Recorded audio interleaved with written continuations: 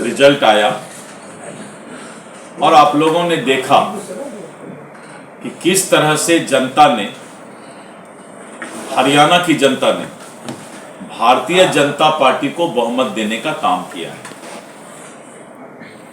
पूरे देश के अंदर इंडी गठबंधन ने सोशल मीडिया के माध्यम से और अफवाहों के माध्यम से पूरे देश का एक गंदा माहौल बनाने का प्रयास किया है।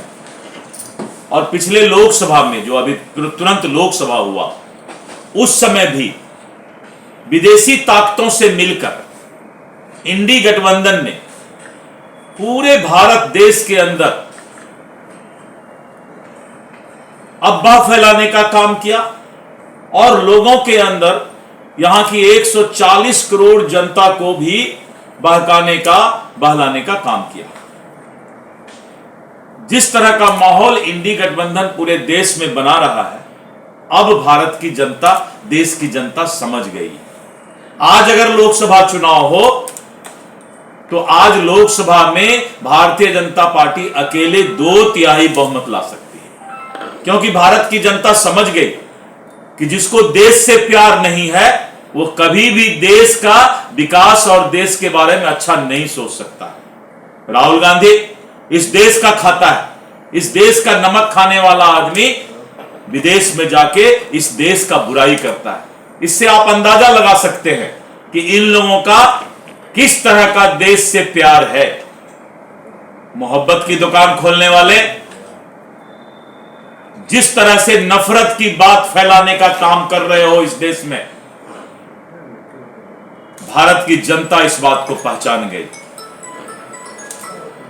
और जो राहुल गांधी बोलते हैं कि हम मोहब्बत की दुकान खोलना चाहते हैं, नफरत परोसने वाला कभी भी मोहब्बत की दुकान नहीं खोल सकता है।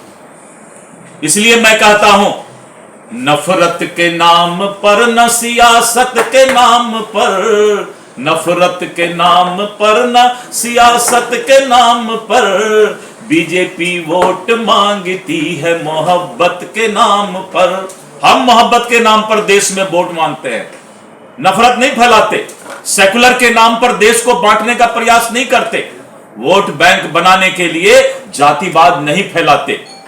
आज इस देश के अंदर इंडी गठबंधन और इनके नेताओं को बेनकाब करने का काम इस देश की जनता ने किया है। और जिस तरह का बिहार का माहौल लालू यादव जी के राज में था, वो भयावना, वो डरावना दिन आज भी याद आता है।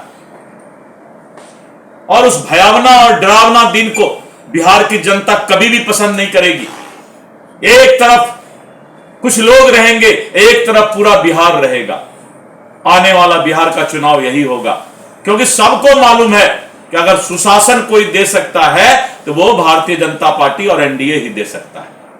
इसलिए हरियाणा के चुनाव का जो रिजल्ट आया है, नवाब सिंह सैनी जी को और प्रधानमंत्री नरेंद्र मोदी जी के नेतृत्व को मैं बधाई देता हूं, हृदय से शुभकामना देता हूं।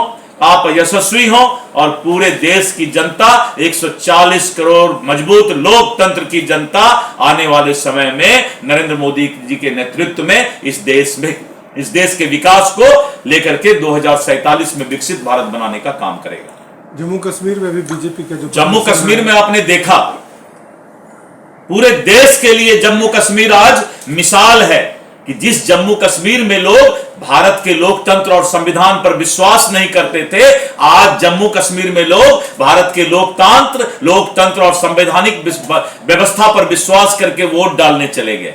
ये तो हमारी पहली जीत हो गई कि जिस देश में लोग संविधान अलग मानता था, व्यवस्था अलग मानता था, वोट डालने नहीं जाता था, वोट का बहिष्कार होता था, मैंने वोट डालने की आदत डाल दी।